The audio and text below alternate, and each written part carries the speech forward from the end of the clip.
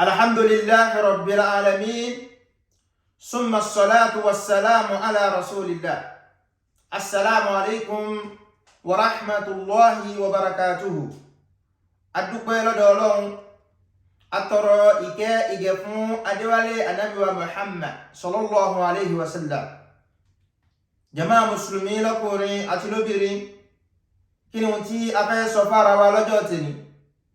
Òun náà ni wípé ká pe àkíyèsí ara wa lórí nǹkan kan. Kíni tọ̀hún? Òun náà ni wípé ní àkókò táwa yìí yóò máa ṣe ni láàánú kárí ọmọ mùsùlùmí tó fi gbogbo òru rẹ̀ tó fi ṣe tahajjud àbátọ́lọ́hun ò tẹ́wọ́ gbà.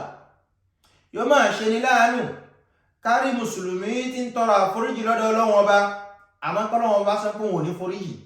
Yóò máa ṣe ni láàánú kárí ọmọ mùsùlùmí tó ṣe wàhálà gidi gan nínú gbogbo Ramadan, kódà ó ṣe wàhálà gidi gan nínú gbogbo mẹ́wàá gbẹ̀yìn tó kù, àmọ́ kò sí ìtọ́lọ́run ọba fún lẹ́san nínú.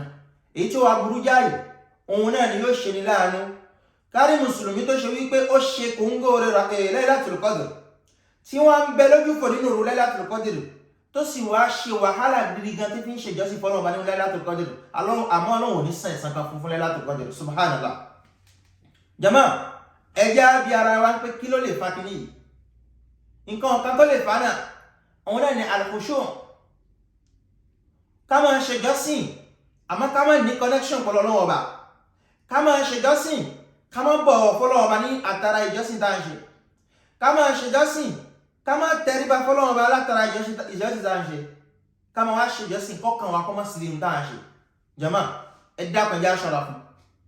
Allah sọ fún nínú al-Qur'an al-Karim: أعوذ بالله من الشيطان الرجيم قد أفلح المؤمنون الذين هم في صلاتهم خاشعون والذين هم عن اللغو معرضون. Ọlọ́run sọ fún wa, قد أفلح, dájúdájú àwọn eléyìí ló ti là, àwọn eléyìí ló ti jèrè, àwọn eléyìí ló ti ṣoríire. Àwọn tani? Àwọn mùmínì, àwọn tó gbà Ọlọ́run ọba gbọ́, tó ṣe wípé bá bá ń ṣe ìjọsìn fọwọ́ Ọlọ́run ọba, yálà wọ́n kírun ni, yálà wọ́n ṣe azkar ni, èyíkéyìí nínú ìjọsìn tó ń ṣe fọwọ́ Ọlọ́run ọba, khashi'un, wọ́n máa bọ̀wọ̀ fọwọ́ Ọlọ́run ọba látara ìjọsìn tó wọ́n ṣe. Wọ́n ń tẹríba, wọ́n ń gbé ara wọn kéré, wọ́n ń rẹ ara wọn lẹ̀ látara ìjọsìn tí wọ́n ṣe. Tó ti wá ṣe pé kí ni? walladhina hum 'anil lagwi mu'ridun, tó ṣe wípé lákòókò tó bá ń ṣe ìjọsìn lọ́wọ́, wọ́n máa sáfáyé ni, wọ́n máa gbá ẹjù sílẹ̀. Gbogbo ẹjọ́ kéékèèké ọ̀rọ̀ tí ò wúlò, ọ̀rọ̀ tí ò mú àǹfààní kan wá nínú ẹ̀sìn, gbogbo ìṣesí tí ò mú àǹfààní kan nínú ẹ̀sìn, wọ́n máa ń jìnnà sí ni, wọ́n máa tán sí ọ̀dọ̀ Ọlọ́run ọba. Jàmáà mùsùlùmí lọ́kùnrin àti lóbìnrin, ẹ jẹ́ ká bi ara wa léèrè, báwo la ṣe ń ṣèjọ́sìn lọ́jọ́ tèmi? Ìwọ tí Ọlọ́run kẹ́ ọ, tí o pàdé òru Laylatul Qadr, tí a sì wá mọ̀ wípé gbólóhùn tó fi dájú ká máa sọ òun náà ni Allahumma innaka afuwwun tuhibbul afwa fa'fu anni. Wọ́n ń wí gbólóhùn náà àmọ́ ọkàn ò sí ìdí ẹ̀. Òun wí gbólóhùn náà, èyí pọ̀tábùlù wà ló ń tẹ́ Allahumma innaka afuwwun tuhibbul afwa fa'fu anni, ó sì ń tẹ pọ̀tábùlù. Òun wí gbólóhùn náà, ẹ̀yà afẹ́ ayé lọ́kàn wà ọmọ ìyá mi. Báwo ló ṣe fẹ́ gbẹ̀san gbà? Ó kàn sọ lé ahánì, kò dé ọkàn, kò sì ní connection pẹ̀lú Ọlọ́run ọba, ó kàn sọ lásán ni. Báwo la ṣe máa wá sọ́gbà tí ó fi ní connection, tí Ọlọ́run ó fi mọ̀ pé tọ́ eléyìí ó gbáradì ó sì wà pẹ̀lú mi? Ó yẹ ká lọ mọ̀ ìtumọ̀ gbólóhùn yẹn síwájú. Tàbá wá mọ̀ ìtumọ̀ náà, tàbá ti ní Allahumma, ká máa tú lérí wá pé kí ní jẹ́ bẹ́ẹ̀. Innaka afuwwun, ká máa tú sí Yorùbá ní ọpọlọ wá pé kí ní jẹ́ bẹ́ẹ̀. Tuhibbul afwa, ká máa tú pé kí ní jẹ́ bẹ́ẹ̀. Fa'fu anni, tàbá ti ń bẹ lẹ́ni tí ń ṣe exercise yẹn, ẹgbọ́ yóò ó súnmọ́ kọ́kàn wa kó tètè so mọ́ ohun tá ń ṣe. Àmọ́ ká máa ṣe lẹ́ra hálásán kọ́kàn wa mọ́ síbẹ̀, káwà lé Facebook, Instagram, TikTok, kò lè pè wà ọmọ ìyá mi. Yóò ṣe ni láàánú ká ṣe kòńgò orí Laylatul Qadr, àmọ́ ká má jàfà ní ẹ̀, kan burúkú gbà ní. Tó bá wá níbẹ̀, Ànábì wa Muhammad sallallahu alaihi wasallam ó sọ̀rọ̀ tó bọ̀ háyà fún wa. Àmọ́ ká tó débẹ̀ ọmọ ìyá mi, fafirru ila Allah wa firru mina shaitan. Sáré lọ́dọ̀ Ọlọ́run ọba, kó wá jìnnà sí shaitan. Nítorí shaitan nìkan òun yóò kó tànjẹ bá ọ, tó jẹ́ pé ma ṣàṣíkà àkàwọ́ mọ̀ bẹ̀rẹ̀ náà àmọ́ ọkẹ́ wọn ní síbẹ̀ rárá nǹkan burúkú ni kò dá ẹjá jìnà sí. Ànábì Muhammad sallallahu alayhi wa sallam ó jẹ́ pé kí ni innal abda la yusalli salata ma yuktabu lahu minha illa ushruha aw tus'uha aw sumunuha aw subu'uha aw sudusuha aw khumsuha aw rubu'uha aw thuluthuha aw nisfuha sallallahu alayhi wa sallam. Ànábì Muhammad sallallahu alaihi wasallam ní innal abda la yusalli salata dájúdájú o àórí yóò máa bẹ ẹrú kan tó ṣe wípé yóò kírun fọ́lọ́run Ọba tàbí yóò ṣàdúrà kan fọ́lọ́run Ọba tàbí yóò ṣàṣe ìjọsìn kan fọ́lọ́run Ọba ẹrú sí ọ̀hún lẹ́yìn ìgbà tó kírun fọ́lọ́run Ọba ma yuktabu lahu minha illa ushruha àwọn oníṣẹ̀ẹ̀sán kan fojú illa ushruha 1/10 ẹ̀san lásán fún ibi tá gbé sin ẹ̀san tó pé fún gbogbo àwọn tó kù tán kírun tí wọ́n kí bí tó ṣe tó àti tó ṣe tọ́kàn wọn wà nínú connection pẹ̀lú Ọlọ́run Ọba òun tiẹ̀ kí lásán fún illa ushruha ìdá kan nínú ìdá mẹ́wàá tá mọ̀ sí 1/10 àbí illa tus'uha ìdá kan nínú ìdá mẹ́sàn illa sumunuha ìdá kan nínú ìdá mẹ́jọ àbí illa subunuha tàbí ìdá kan nínú ìdá méje illa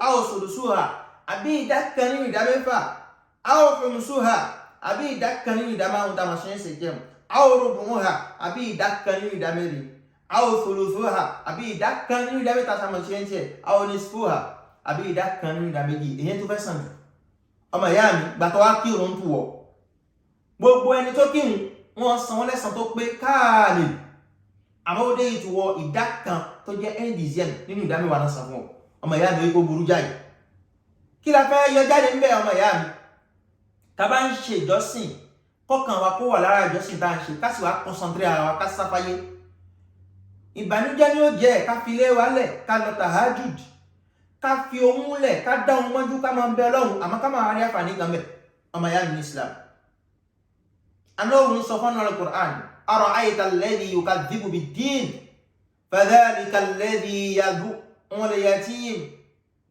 wa la yahuddu ala ta'amil miskin fawailun lil musallin Ọlọ́run bá ṣẹ́bi ilé wọn ni ó ní ẹgbẹ́ ibi dandan mi Ọlọ́run bá kó mọ̀ lọ́bà àwọn akírun kan kí ló dé táwọn akírun tọ́lọ́ tó máa ṣépè fún wa Ọlọ́run sọ àwọn ta lolú ẹ̀ alladhina hum an salatihim sahun alladhina hum yura'un ọmọ ìyá mi Ọlọ́run ní àwọn tó ṣe wípé wọ́n máa ń kírun wọ́n máa ń gbàgbé ara wọn léèrè wọn kì í kírun lákòókò wọn kì í kírun lásìkò rẹ̀ wọ́n máa ń gbàgbé ara wọn wọ́n máa ń kírun wọn kan wò síbẹ̀ bómí ni wọ́n wà tàbí wọn tó ṣe wípé wọ́n máa ń kírun wọn ní wà concentrate wọ́n máa wọ̀ fún wọn wò sí wọ́n máa distract lẹ́yìn ohun tí wọ́n kí Ọlọ́run ṣébi lẹ́wọ̀n yàn bẹ́ẹ̀ Ọlọ́run kókó wáyọ̀ jama ẹ̀yin ò bá jẹ́ ohun tí a fẹ́ sọ fára wa lọ́jọ́ tẹ̀lé gbogbo ìjọsìn tó bá ṣe ìdájú pé ó gbáyé jù sílẹ̀ ó wá súnmọ́ Ọlọ́run ó gbáradì kalẹ̀ fọ́lọ́run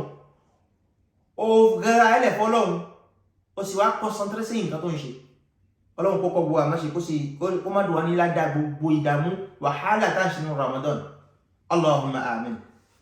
Chers frères et sœurs en Islam, aujourd'hui nous allons attirer notre attention sur un point capital de l'adoration, c'est l'humilité et la concentration.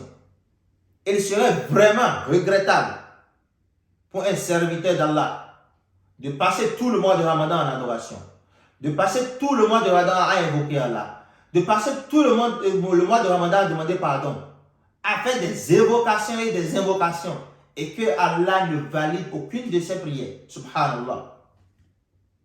C'est vraiment dommage. C'est vraiment dommageable de constater qu'après avoir fourni tous ces efforts, que cela ne soit pas récompensé. C'est triste. La cause, c'est parce que au cours ou pendant nos adorations, on n'est pas concentré, on est distrait. On n'est pas concentré, on est distrait.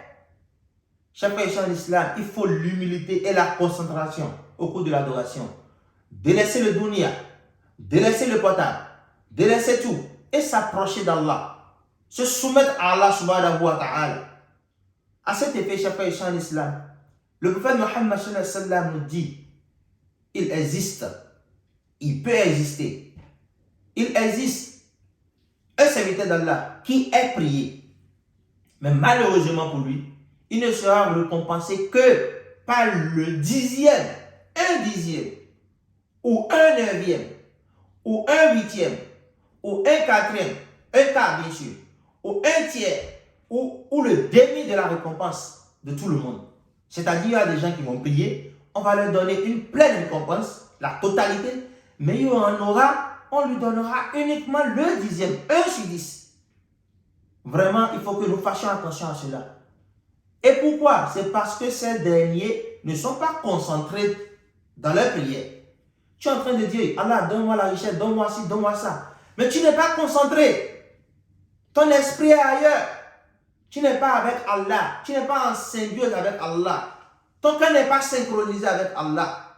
Comment veux-tu avoir la réponse à ta requête, mon frère? Il faut que nous fassions très attention à cela. Qu'Allah facilite la compréhension et qu'il nous compte parmi ceux qui écoutent sa parole et s'évertuent à l'appliquer de la meilleure manière. Assalamu alaikum wa rahmatullahi wa barakatuh.